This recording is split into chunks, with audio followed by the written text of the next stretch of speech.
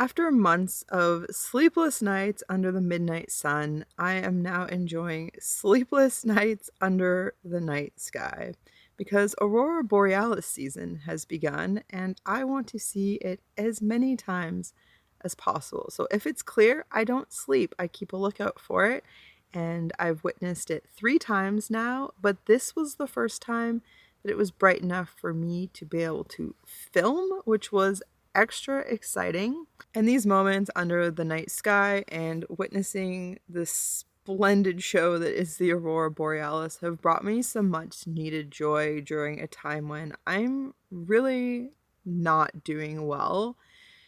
There have been cracks forming below the surface for weeks, months, years, parts of myself that I've been neglecting, and I've just been so focused for so long on the Dempster Highway, on getting ready for that, on filming that, on editing that, and that was like a really, really good distraction from what was happening below the surface. And so after that finish, after the Dempster was complete, and then losing my grandfather, things just started to get a lot harder for me to like exist within myself. And so I've actually been camped here at this beautiful lake for more than a week now. I've filmed basically nothing. I've done basically nothing. I'm just allowing my nervous system to calm down because I just started to lose it. I was having just a total breakdown before coming to park here. And I had kind of come to a point where I was at my wit's end with van life. And I'm going to share with you what I have determined for me is the absolute worst thing about van life, in my opinion. But before I get into that, I had filmed a couple days of just hanging out along a river, which was a great time before it kind of all came crumbling down on me.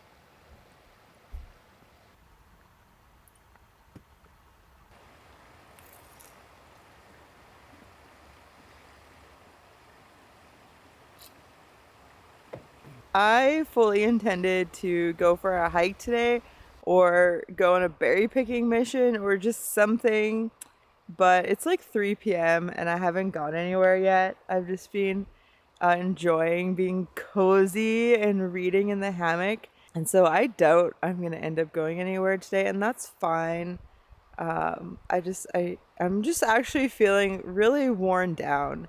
It's really nice just to slow down a little bit and just savor these just crisp late summer, early autumn days where I can enjoy the sunbeams and also like a cozy blanket and just listen to the river.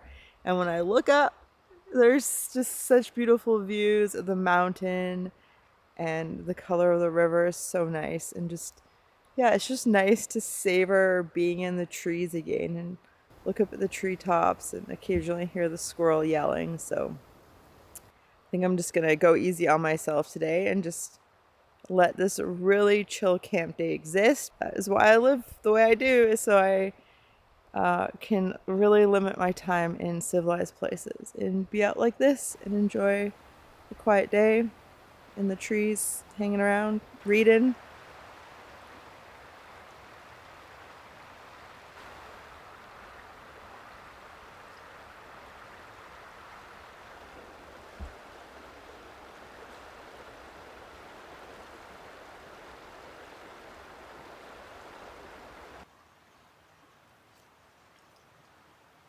Yeah, bud, go ahead. That's for you. Yeah, buddy.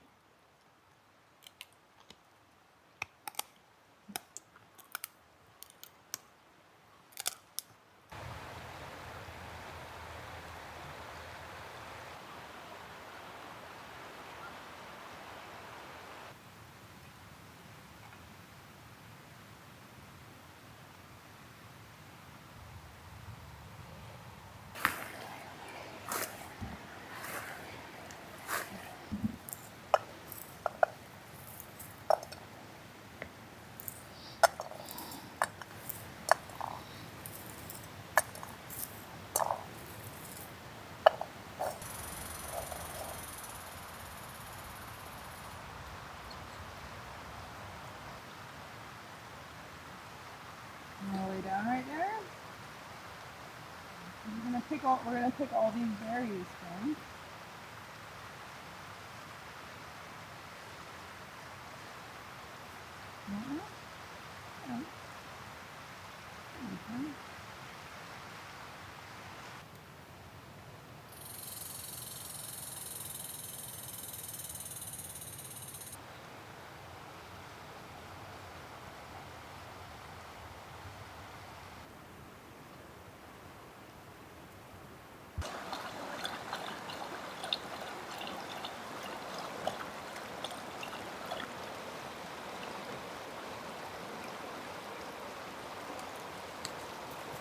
So it turned into quite the productive afternoon. For starters, I went and picked a whole bunch of mossberries, and chances are most of you have either never heard of mossberries or never eaten them before because they're not the most popular berry out there to eat.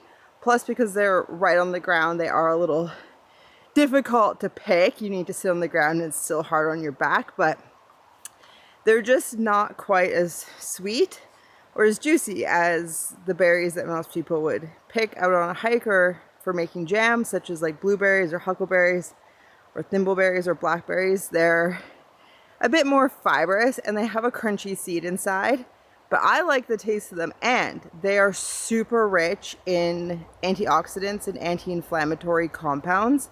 So what I plan to do with those is actually to make syrup, which I will share with you when I get to it, but they're a hardy berry, so they're going to be good for several days or a week or more until I get to it. And then we got back and I decided I really want to have foil potatoes because I have not had campfire potatoes in a while. So I've gotten ready for another fire. When I'm doing a fire in like not one of those metal things, is I start with the biggest pieces of wood. These are probably like the smallest ones I would ideally have for my big pieces. And I get them set up so they're really stable. And then I took my trusty chainsaw there and got a bunch more logs of various sizes. And I had some dry wood in my van, so I used the hatchet. And I made kindling and just pieces to get it all going. And then by making a solid frame with the biggest wood, I know that it won't shift for a long time as the fire burns. So it creates a solid framework for me to then put all the other pieces of wood so that I get airflow. Because what happens a lot if you start with a small fire and you build up and up and up is it ends up like collapsing in on itself and smothering the fire. And so by having this framework of the biggest pieces I want to burn, that allows for better airflow. And then I can also kind of pre-plan my campfire experience. So I know that I want to have this view of the river and the mountains and the open sky as the stars come out. So I'm definitely going to be sitting on this side. And then it creates also like a bit of a firewall to reflect the heat back at me. But also when I start the fire at the very beginning, every little bit of flame that I get burning will be going towards catching those big logs on fire. And so I actually just from the beginning use all the sizes of wood at once, and then I get a hot fire really fast, and it's very low effort and I don't have to mess around, and it's just like a technique I've perfected over the years. So I also use a bit of like paper bag for starting the fire. If I were on the coast, I would use cedar bark and some dry lichen as the starter, but there's none of that around, and I have this on hand, and these bags have been used and reused many times, and this is their final service to me, is to be fire starter. So yeah, but I just a tiny bit. One bag goes a long ways. I gotta put the paper in, and just a pile of twigs and some more of that. So the thing is just about to get a lighter to the paper, or a match. A match would be a really smart thing to use, but a lighter is pretty handy. There we go. Yep, it's gonna go.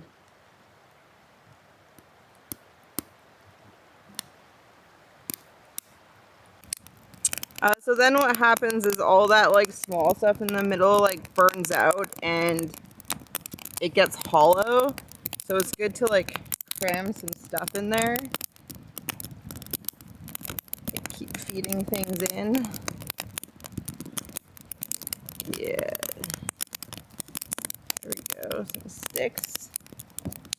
Something like so.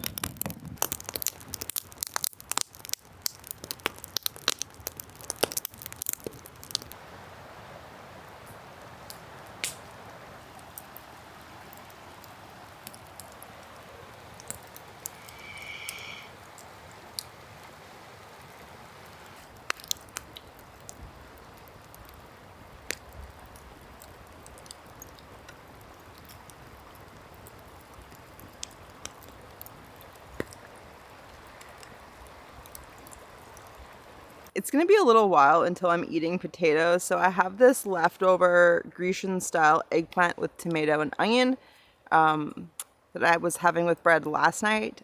This is from Trader Joe's. So I toasted up the last of my bread. I'm gonna have that, and then that will get me by because it's probably gonna be 2 hours until there's potatoes.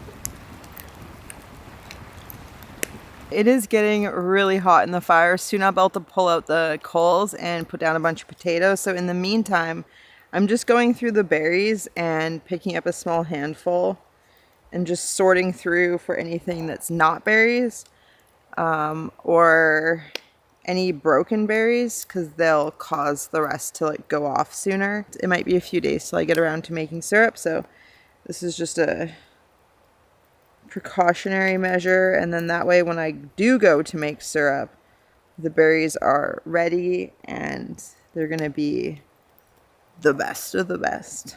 Blueberries and huckleberries, you tend to get quite a few leaves, and you also get a lot more like juicy broken ones, whereas these, they're like a really dry berry and they pick pretty clean, so it's really easy to sort through. Same with cranberries, are pretty easy. They're starting to come in as well, but I think they'll still be a couple more weeks until they're ripe for picking, and they're best after the first frost.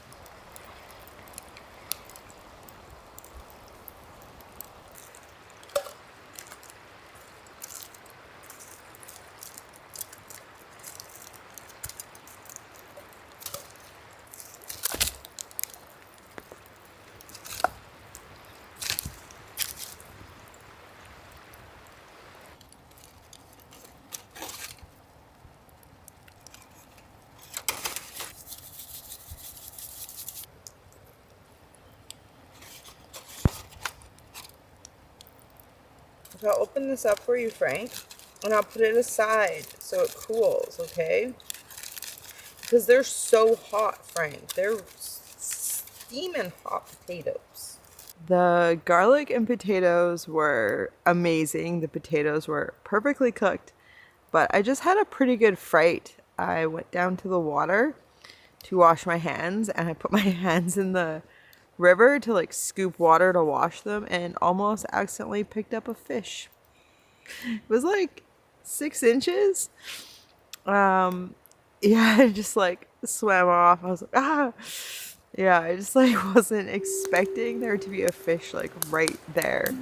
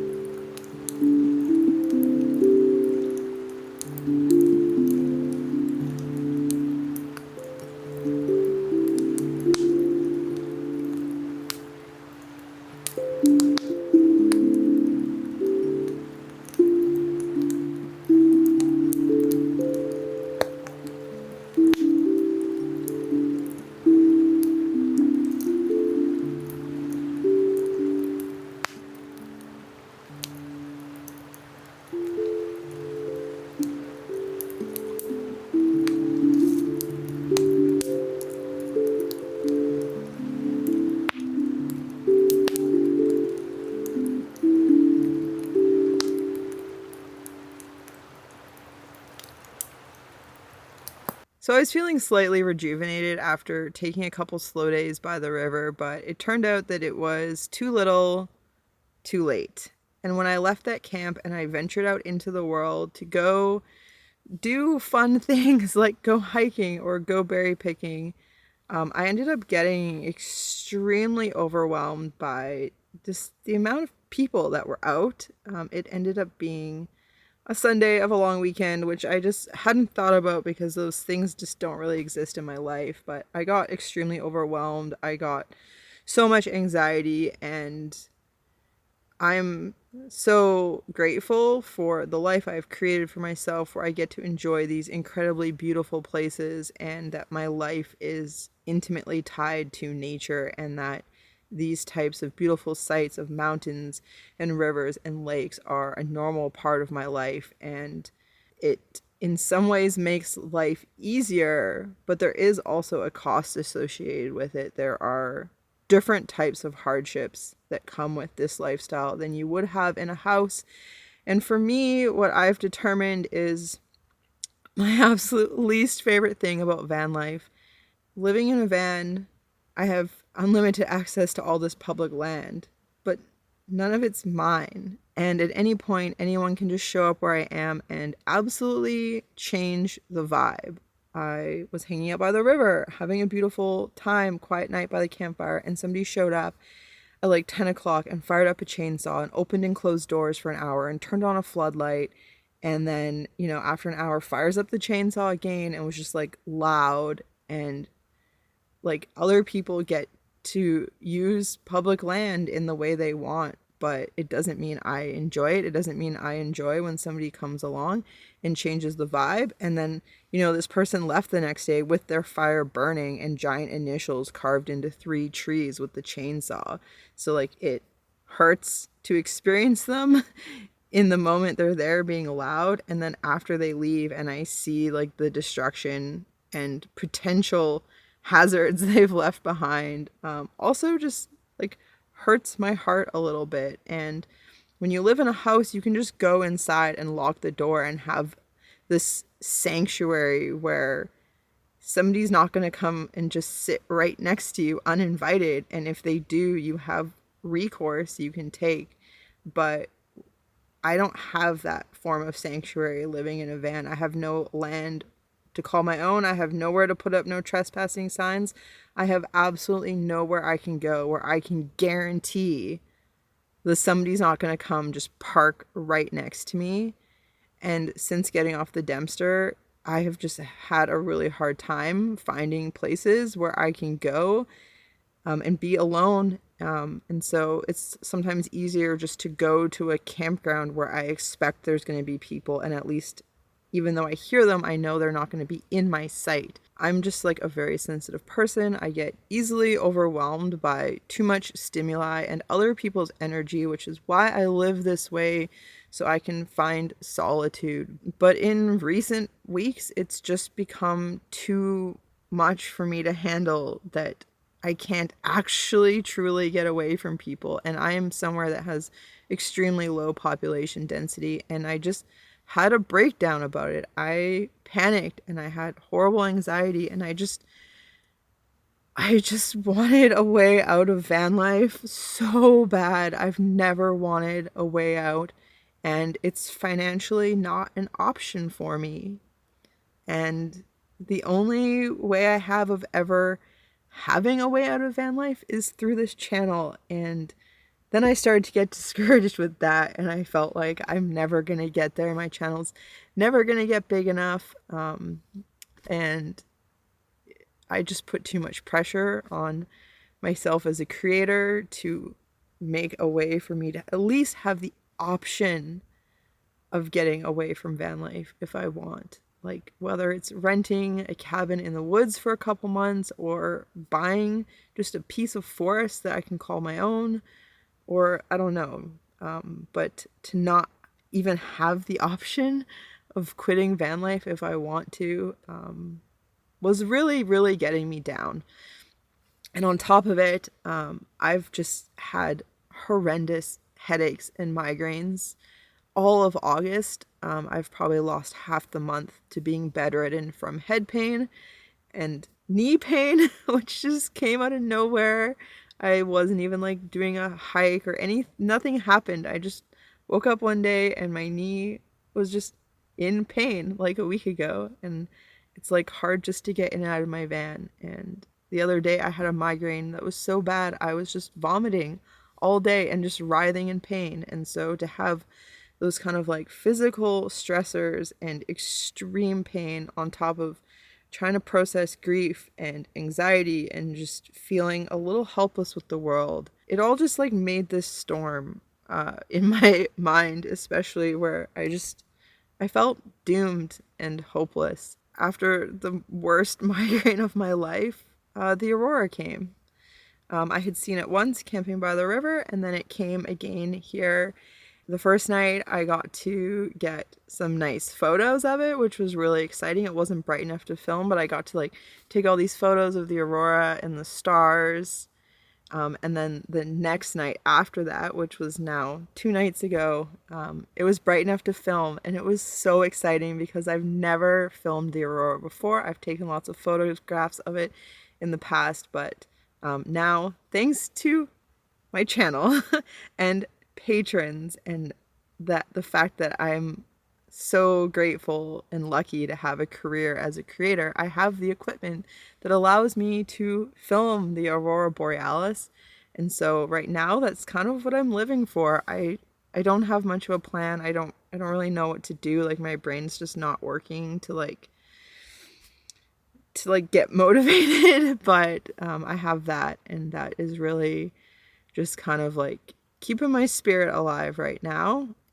I have tons of food stores in my van, so like I'm not really worried about eating, and like there's no need to worry about anything else. So I'm trying to just kind of just let go of like all those things that were like stressing me out and consuming my mind, and yeah, just like gonna work on just feeling stoked again, feeling motivated, find something to be motivated about, and just like work on healing my body, so I can get back to doing the things I love and just feel like I have a bit more coping ability to deal with a world that is increasingly busy and noisy and hectic and stressful. And as a very sensitive, intuitive person, I just find that really hard. And if I think about 10 or 20 or 30 years from now, how many people there's going to be, how many rules and restrictions and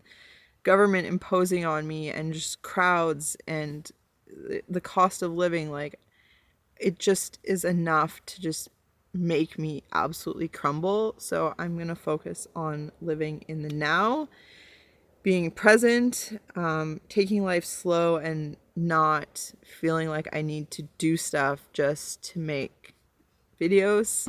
And just focus on getting better. I've been on the road now for almost 10 years full time, and there's just things about it that have really started to wear me down. And one of those is having no place to call my own, no sanctuary from other people that I'm not choosing to spend my time with. And so, yeah, some people wouldn't care. Some people enjoy living in cities, and that's just not me. And yeah, I just wanted to be open about having a hard time, because that just is what feels fair to me and to you as a viewer who are looking in on my life from the outside. I never want to pretend like things are better than they are, because as many benefits as it might seem like there are to this lifestyle, there's always going to be stuff that kind of sucks. And yeah, this week it all just came to a boiling point. Well, if you're still here, then thank you for listening to all that. And if you've been having a hard time, just know you're not alone. It is a normal part of the human experience, is to have hardship and have different things we work through. on different levels of our being. And I think that's especially the case with life in this modern era that we find ourselves in. So if you need permission to go a little easier on yourself, then let this video be that, because yeah, it's just, it doesn't do anyone good when we don't give ourselves the things we need. And it's really easy just to end up super busy or to take on a ton of responsibility and to want to look after everybody else in our lives. But you also need to look after yourself. So with that said, I hope you have a great day, and we'll see you soon.